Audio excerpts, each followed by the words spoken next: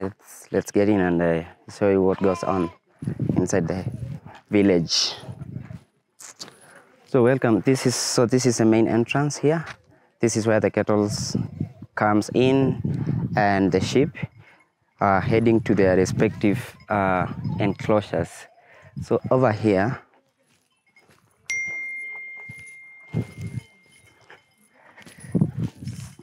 so this is a sheep and goat pen or enclosure. So this is where they spend the night. And why is it so secure? So this one is more secured compared to that of cattle because of the presence of leopards and hyenas. So we measure on the ground level and also up there so that we protect any predator that gets in here at night. And the little one here, so this is where the ladies keep their lamps, the lamps, yeah, so that they cannot mix with the sheep during the night because they need to milk them in the morning. This is a stick whereby I direct the animals the direction where I want them to be. And this is this one here. This is a sword. So this is it's a self-defense weapon. We carry them in case of predators or any other source of danger that might come on my way. And how often does predators attack you? So let's say in a month they can attack more than twice. So if you see around, we have a lot of bushes and riverine vegetation. So that's where they spend their day. But at night, because predators are really active and they can see pretty well, they'll be all around. So that's why we are putting this kind of fences or enclosure to protect them from being attacked. Also, we have these dogs. So our dogs are not, we don't keep them as pets. We keep them as security because they'll be barking in case of any predator that comes around. Right? So over here, these are the ladies, the Massaj ladies. They are the owners of this homestead. So like what I told you earlier is that we live in a nomadic kind of life whereby the Massajs practice polygamy. So the man of this homestead has 4 ladies. So these are all of them and their kids. All right, welcome. So mind your head.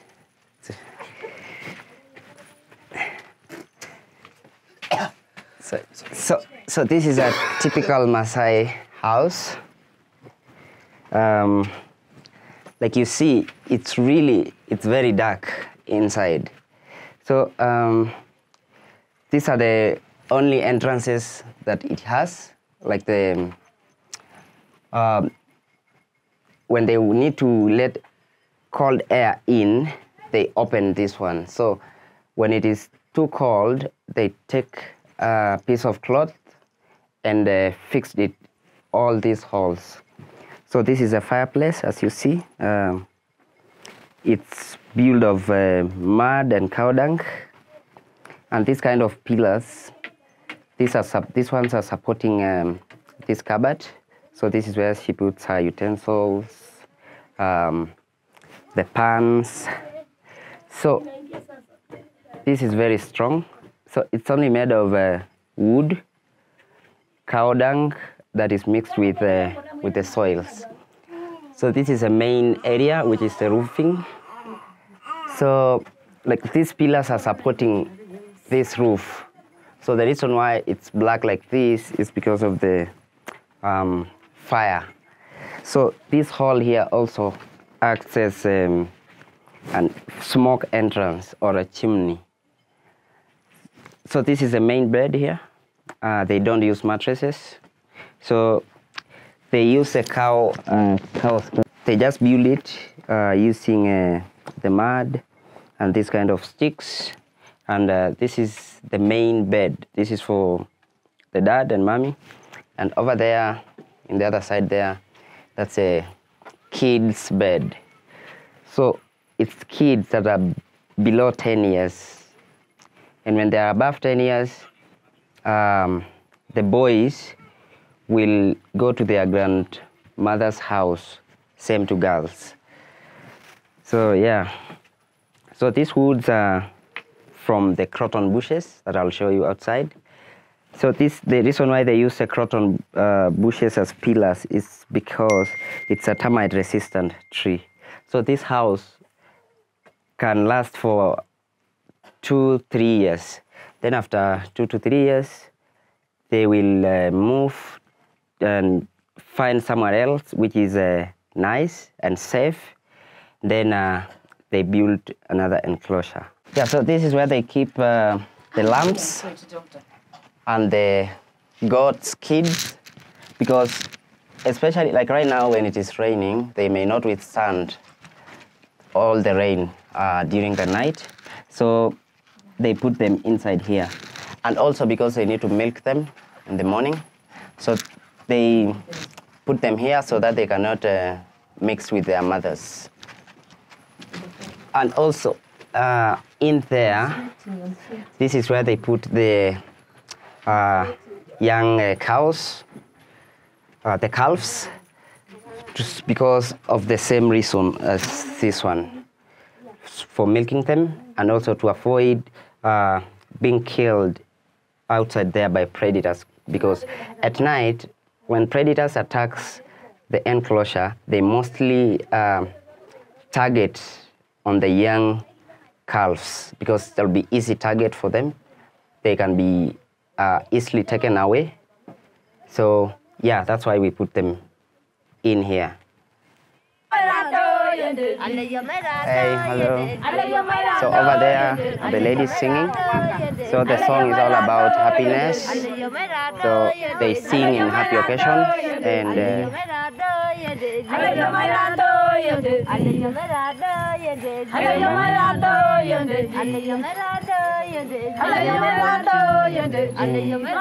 anh chào đuôi gì? Anh chào mình gì?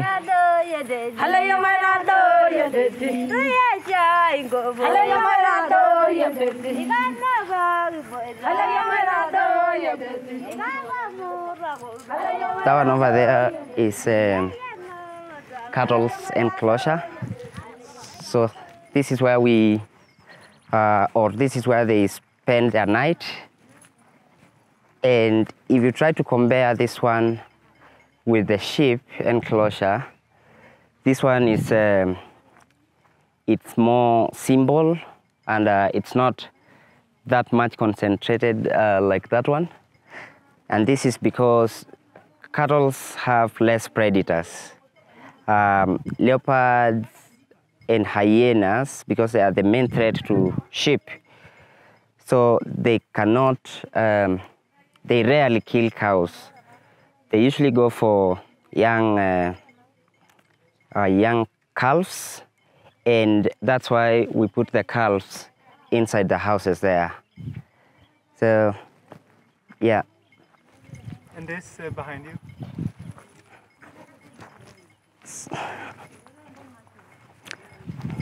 So this one here is where the ladies put their chicken, like you see them over there.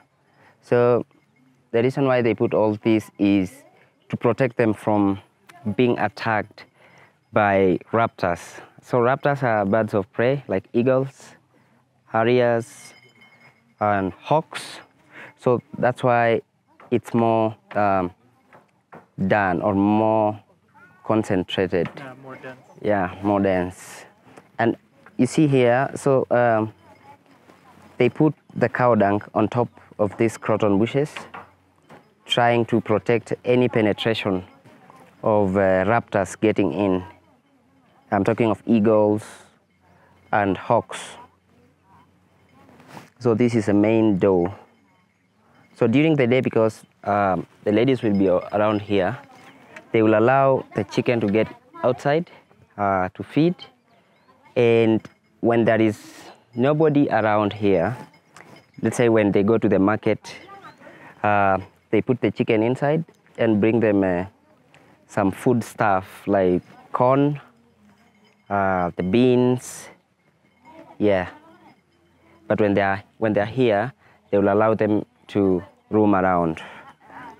Yeah. There's another thing somewhere there, which is very important.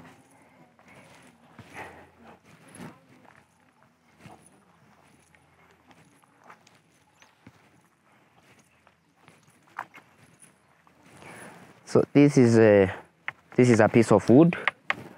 It's from a boskia tree, which we call it a shepherd tree. So we are using this one to put the minerals. Like this is salt.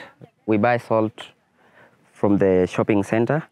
Then when our livestock need minerals, we pour the salt in here and they just come and lick the salts. Same to this one. But for this one, this is a modern thing, because there before we used to have like natural salt lick areas, which is in rivers. So that's where we used to take our livestock to get the minerals. So this is very recent. And why don't you go to the natural places? So now the reason why we're not taking them to natural places is because there before the land was communal, and now every man have been subdivided a certain amount of land, which is in terms of hectares. So maybe the natural salt lick area will be someone else's piece of land. So because we don't have ours here, that's why we are buying these salts for our animals.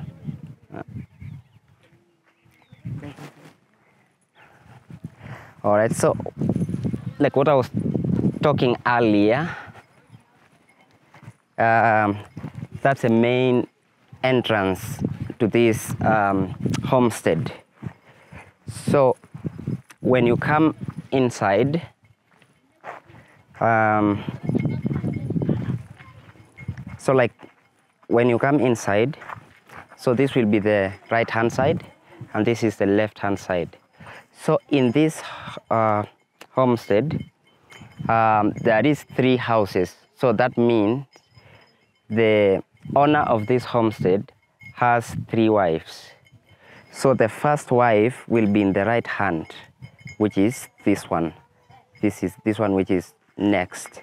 Then to the left, that is the second wife. And the third wife will fall again to the right hand side. So the third wife is the one which has that other house. So when he marries the fourth... So every woman has her own house? Yes. So when he marries the fourth will go to the left hand side again. And it continues like that. We have a very important tree here.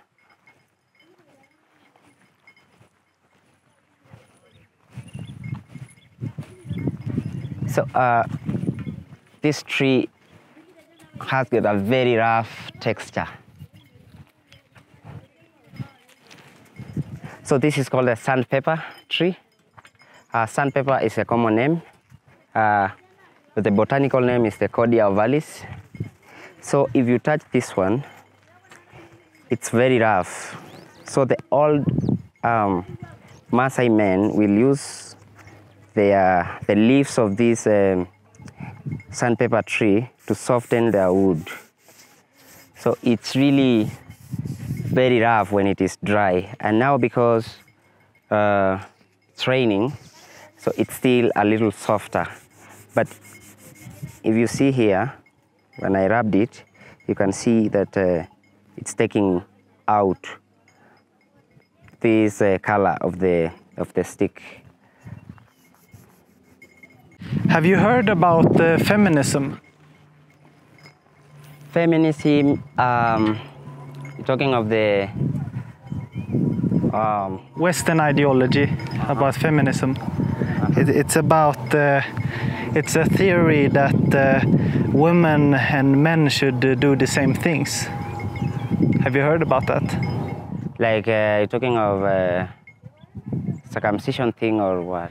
No, it's a Western ideology where many people in the West thinks that women and men are the same and can do the same things. Oh yeah, based on jobs or any other. Yeah, what do you think about that? Yeah, so in our culture, our ladies are not like supposed to work like us. So what they do is that because there is a lot of responsibility around home, like the cows enclosure there, the sheep enclosure, when it rains, like right now, the cows and sheep might stuck inside. So that's a work they are supposed to do here at home. So women have different roles than men? Yes, and also taking care of their babies. And what do the men do? So the man provides for the entire family. They go find food. The man will take care of the sheep and cows. So that's what a man does. And because the sheep and the cattle, they are the source of our wealth. Like for us, we don't store our monies in the bank accounts. So this is our bank account. So when children want to go to school, so they get their school fees from selling. So we sell the sheep or cows to provide them for school fees and other needs. So we have we work differently with women in the community. We have the Kenyan government and we have our Maasai beliefs or cultural kind of government whereby we consult the elders on what we are supposed to do and what we are not supposed to. How many women can a Maasai man have? So it depends on how wealthy a man is. He has to provide for them? Yes, he has to provide for them, so he makes sure that he has enough so that he can cater with the responsibilities. So they can marry up to 10 ladies, but there before, when the land was communal, it was possible to marry more than 10 because there'll be no one telling you go out of my land, so he can keep a lot of sheep and cattle. And nowadays, because the land has been subdivided to individuals, so you can only have the animals that your land can be capable of. So yeah, it depends on how wealthy a man is to have multiple wives. Have you heard about the pride parades in Western Europe? Pride parade? Yeah. No, really. It's, for example, in central Stockholm, governments and political leaders go out and celebrate homosexuality in the streets. What do you think about that? For me and for my culture, that it's totally an immoral practice to our culture. So it's, for me, it's really, I can say it's an immoral thing based on our customs and culture. And this is a very large thing in Stockholm. It's about, I think, 100,000 participants, and even the Prime Minister goes to this. Do you think that this kind of practices are going to be more normal in Maasai villages and Kenya also? To be honest, in our culture, as long as our customs and our elders are concerned, this one will be totally impossible. But also in our country, I've heard of cases of some people trying to practice it, but our government is not yet ready to discuss that. Yeah. But what I know, in our culture, it will be totally impossible. Yeah. Because in here, we have got the rules that govern the culture, which are set by the elders.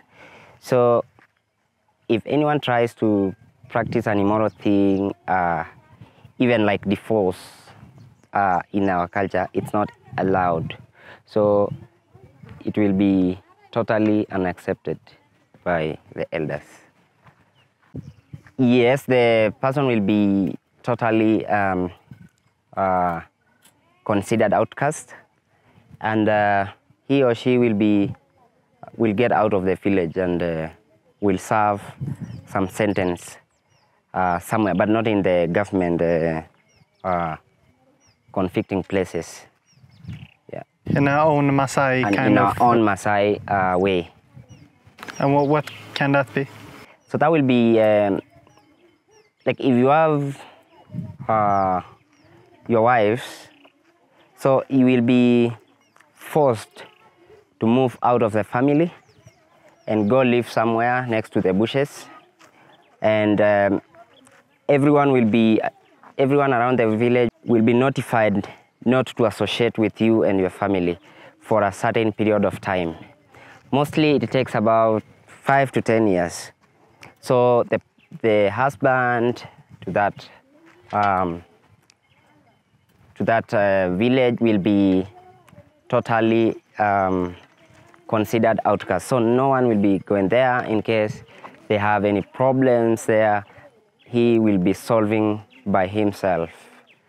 And at some point, he will be trying to call other people to send them to the elders, trying to ask for forgiveness. But it will be based on the time that the elders have set for him. So it will be totally impossible. So he has to serve that trial time. Then after that, when the time is over, he will be bringing a certain number of kettles and some natural alcohol and the blankets to the whole elders around the area. Then in there, he will be forgiven and he will move from the bushes, coming to join the rest of the family. And the elders, what's that? Is that all the people in the Maasai community, or is it specific elderly people? Yeah, it's men that are above 50 years and above. They are 50 and above. So those will be the people who will be deciding what penalty will be given to someone who goes against the customs. And they also direct the young people how they should do. Like they show them the right way on what to do. So they are based on experience. Yes. And the elderly, do they change their opinions by time, or have their values been strictly enforced through the centuries? Yeah, so so based on experience, they have the values. I mean, they have like a set of rules that they are supposed to follow or to advise the young people, and also those people that that are immoral in the society. And what people can be immoral? Is it thieves and? So these are the people that are like thieves, the rapists, and those people who raid kettles at night. Yeah, they don't look for evidence. So what they do is that there is a way on how they can try to harm that person based on the customs, and they'll tell him or her, if you know you are the one, then this and this will be done to you. But if you are innocent, then nothing will happen to you. And when something bad happens to that person, that's a time they'll know that he or she must have done the evil thing. Are elders always right about everything? Yeah, they're about 80% right, because they don't lie and they don't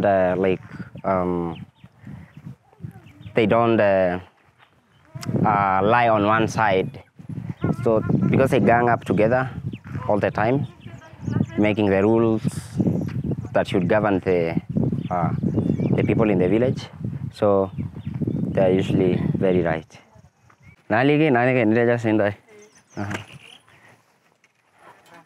So are these all women of somebody, or are they just hanging out?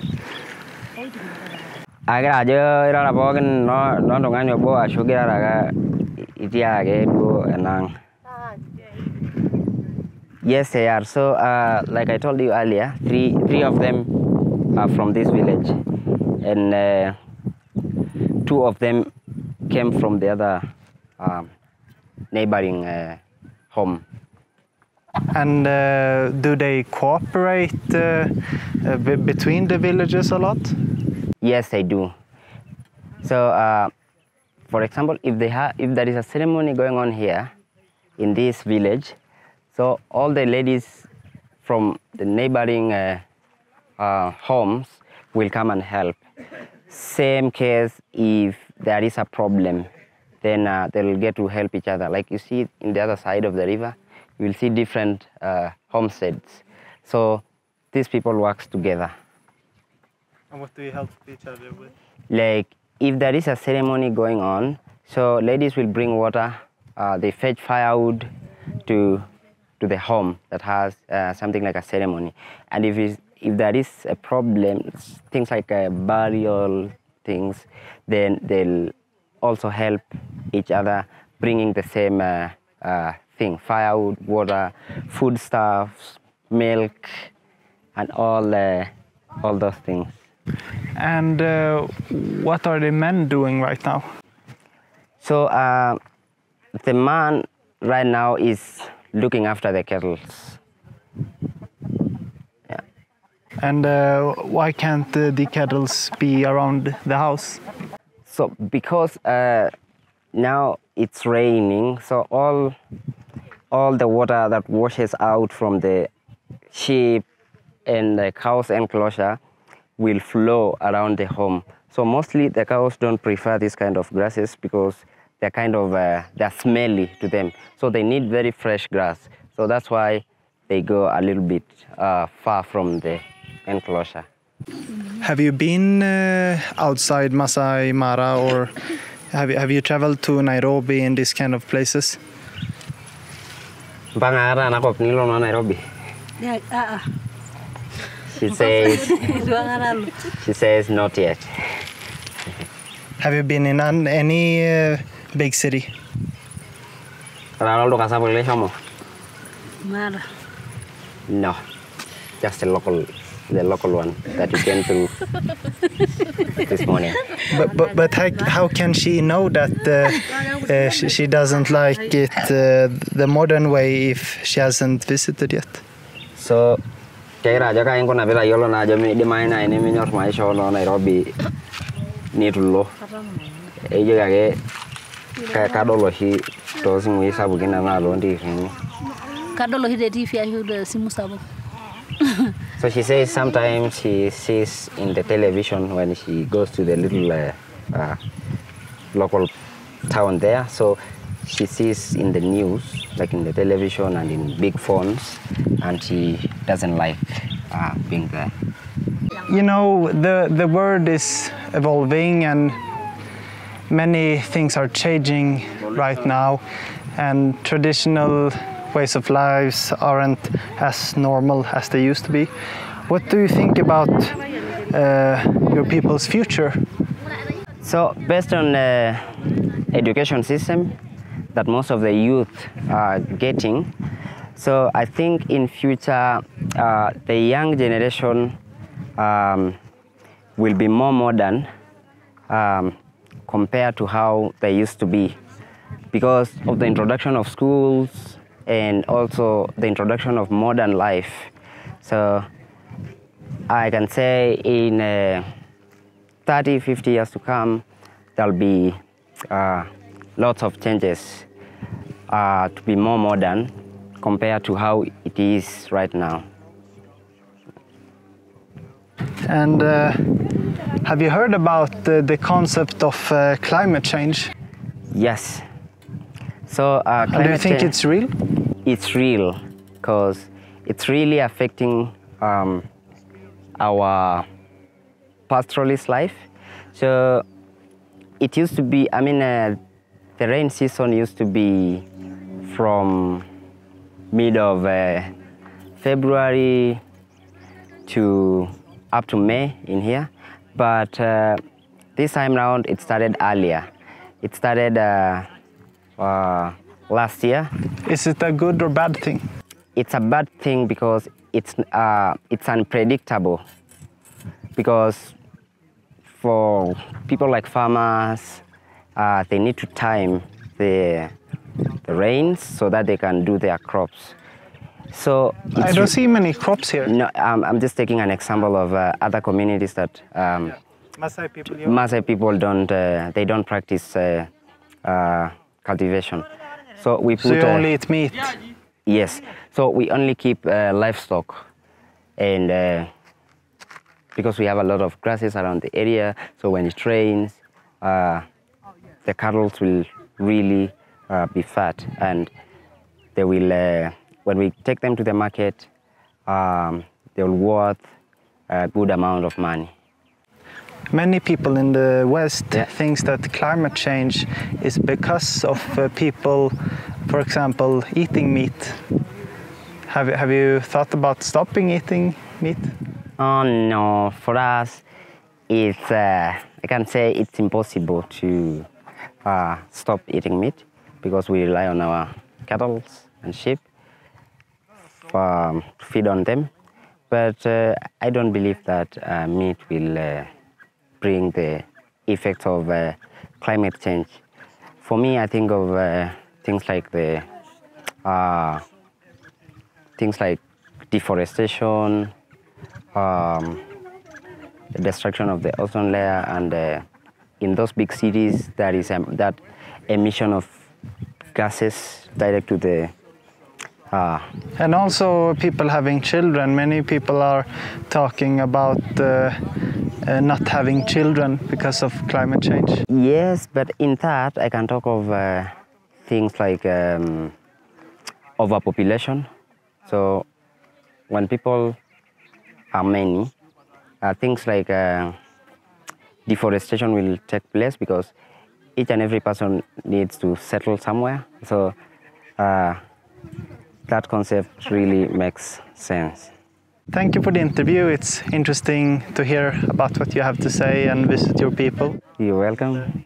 I wish you good luck. Good luck too. So you're from Sweden? Yeah. All right. Wow. Have you heard about Sweden? Yeah, I'm from Sweden, Zlatan Ibrahimovic from Sweden. Yeah, that's it. Go to the little shopping center there and we watch.